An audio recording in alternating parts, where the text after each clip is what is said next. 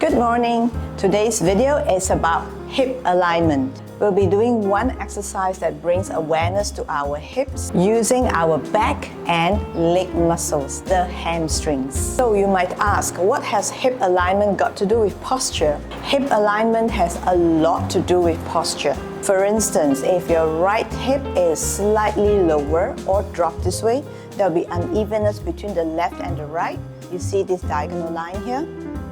And with that, the compensation is usually a left shoulder forward because the body always works in opposition. The same I would say if your left hip is slightly dropped, the compensation will be the right shoulder forward, this way.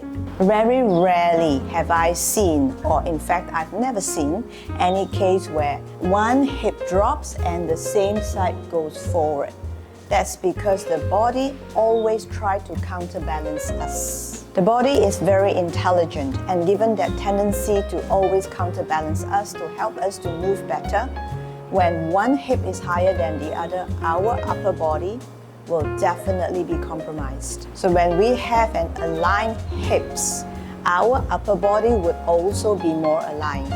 With that understanding, grab a mat, get down on the floor, and let's get started with our posture exercise today for hip alignment. We're going to do this first exercise that you probably have seen many times in yoga Pilates video called quadruped or tabletop, but doing so with different awareness. So put your palms down on the mat. In my case, it's on the floor. You're going to have your shoulders right on top of your wrist, okay? Not in front, not behind. So put it such that you're right on top, so you are indeed in a tabletop position here. Now, how do we know if we are aligned?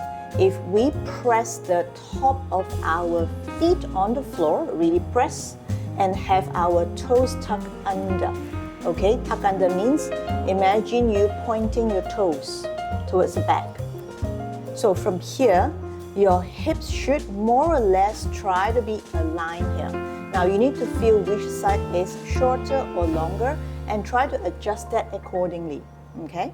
Now stay here and slowly, without moving anything, glide one leg out with your toes pointing back. So it is actually curl under. Maybe curl under is a better word than tuck under. And slowly bring it back. The other side. And bring it back. As you do that, make sure your pelvis, your spine, your shoulders, your head, they are not moving. You're doing it with a lot of stability in your upper body so that you're able to pay attention completely on whether your pelvis or your hips are rotating or not, okay? One more time each side here. Nothing moves, only your leg. Glide out one at a time.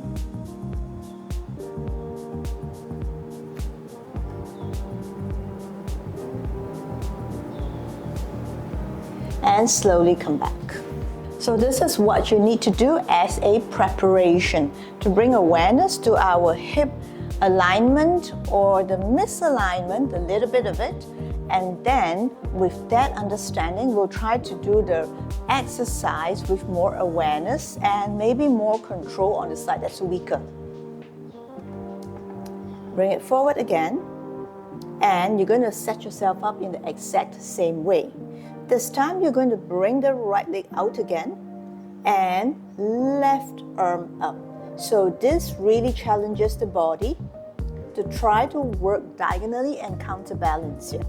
Now if you like, keep the leg straight and bring it up. Stay there. Try to stay still, not moving. You might feel different parts of your body. Muscles try to work to balance you. That's a very good thing. And slowly bring it down. Other side.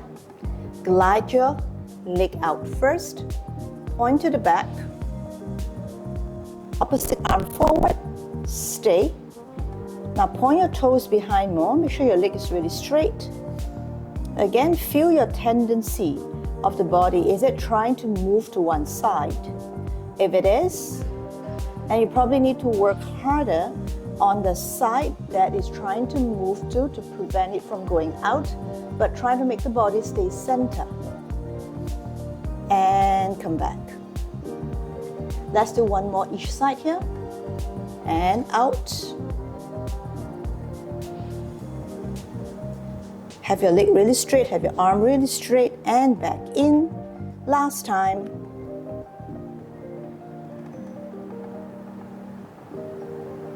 And come back in. The second variation that we just did helped us to begin to work the right muscles that help us to counterbalance in the right way. And in that process of counterbalancing, the pelvis and the hips will begin to realign itself with the activation of the muscles around it, okay?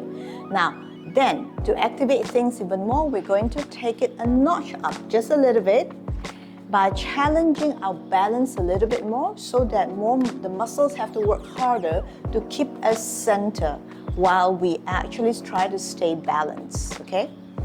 So, third variation, have your palms down, set up the same way. You're going to have the right leg out again, point behind, left arm up, looking down, without changing anything. Float the right leg up. Stay there for 4 breaths here.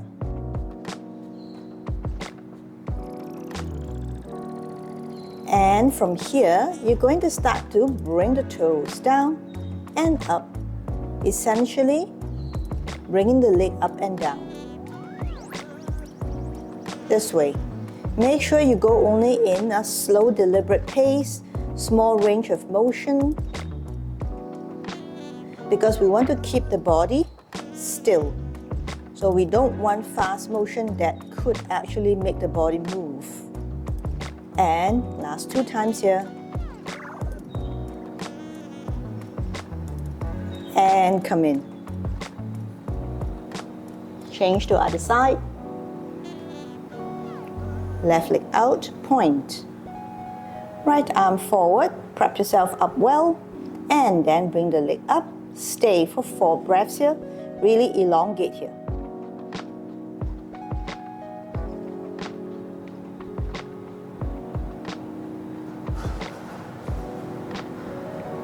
And from here, bring this leg down and up, down, up. Good, let's do 3 more times here.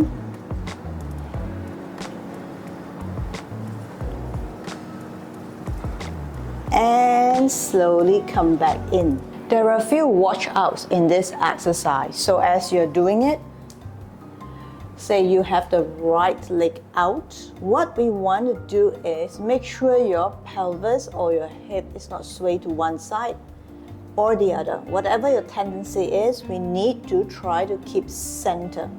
So how do you know? Maybe you do it close to a wall, with one side close to a wall, and if you have a tendency to sway to that side, then chances are you are actually not keeping your hips aligned. So that is the one thing to watch out for. And the second thing is this. Have your head dropping. A lot of people, when they do this particular exercise, they end up doing this. Now, the head drop doesn't work because, as you can see, the alignment between the head and the spine is lost once we drop. We need to keep it in line. I know it's a little bit more difficult to tell when you are in this direction because then you are anti-gravity. So you need to work harder to keep it aligned. In fact, our orientation may be mixed up once we're in this position. But the good gauge is this. Are you looking straight down in between your fingers, or are you looking here, slightly in? Because the gaze of where your eyes is will tell you how aligned your head is in relation to the spine. That's all I have for this time. Hip alignment, 1 exercise and 3 different ways of doing it. And if you have any questions, any clarification needed or feedback on how you feel, do send me a comment, write me a comment in the section below because I'd love to hear from you. This also gives me feedback on what to emphasize on, what to say more or less of in my video so that it is actually more useful and helpful to you. I used to have really pronounced scoliosis, and with consistent exercises every day, I actually began to derotate my spine and help myself to improve my scoliosis condition. No surgery.